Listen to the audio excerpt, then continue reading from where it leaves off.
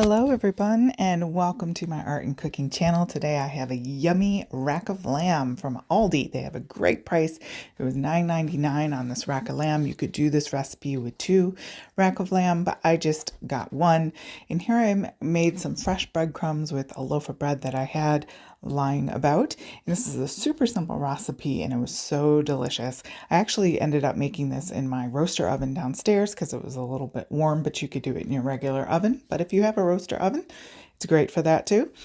But basically you're going to take the rack of lamb, trim away any excess fat. Of course, there's going to be a little bit of fat left, but that big giant fat cap that comes on, and the ribs are Frenched, which just means that the fat and stuff, extra stuff scraped away, as you see there.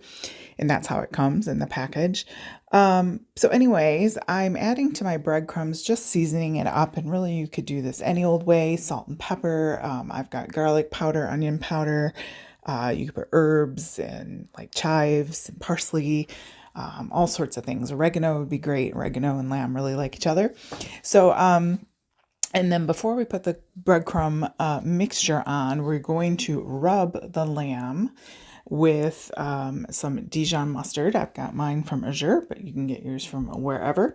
And you can use regular mustard too. It just adds a little slight dimension of flavor. But so I just squirted some on and gave it a rub. Extra layer of flavor. Who doesn't love mustard? And yeah, like I said, this is super easy. Again, if you're serving a big family, I would definitely do at least 2 rack of lamb, but and have lots of veggies on the side.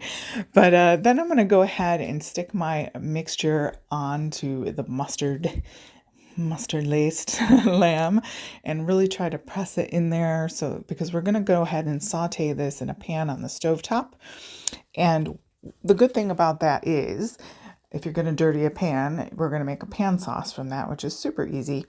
So mustard on the lamb, press in that breadcrumb mixture, and then preheat your skillet on your stovetop or electric skillet, something that you want to get going to give this a little bit of a sear. So here it is in the pan. I'm putting that herb side down. We just want to get that crust going. That's all it is, but it's extra flavor and it's producing what we call a fond on the bottom of the pan. That's going to give great flavor. I put it into the oven, a 425 degree oven, for about 30 to 35 minutes. Here it is finished. Make sure that you take the temperature so you don't under or overcook your lamb, and let it rest for about 10 minutes before cutting into it. So I had this foil pan lying about from Costco, and it fits great into my roaster oven downstairs. So don't just use that thing at Thanksgiving. Get it out and stick it in your basement and cook. It's a whole nother oven for you.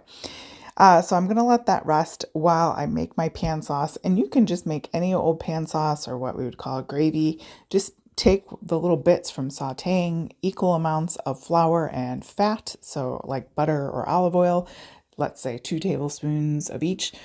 And then you're going to add some sort of liquid. You could do chicken broth. You could do your wines. You could do your, of course, that alcohol will cook out, of course. You could do water, but that won't bring any flavor to the table. So at least do chicken broth, and then use a whisk and just let that come to a bubble and thicken up with that roux, and you will have a delicious pan sauce. You can even add some of the same herbs that you added to the crumb mixture, so you're kind of echoing the flavor profile there, and I'll have a picture of that coming up here pretty soon. But then once your lamb is rested, here it comes. Delicious. So good. We love gravy, right? Gravy, pan sauce, same thing. And so easy to make. And you've already got the flavor going.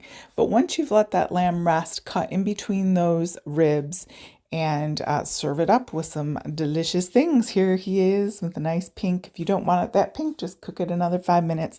And here we had some broccoli and apples with our super simple, but very easy to make and very, very tasty. Very tasty. All right, guys, I hope you try it. I will leave the recipe and links below. Thank you so much for joining me today, and I hope you have a great day.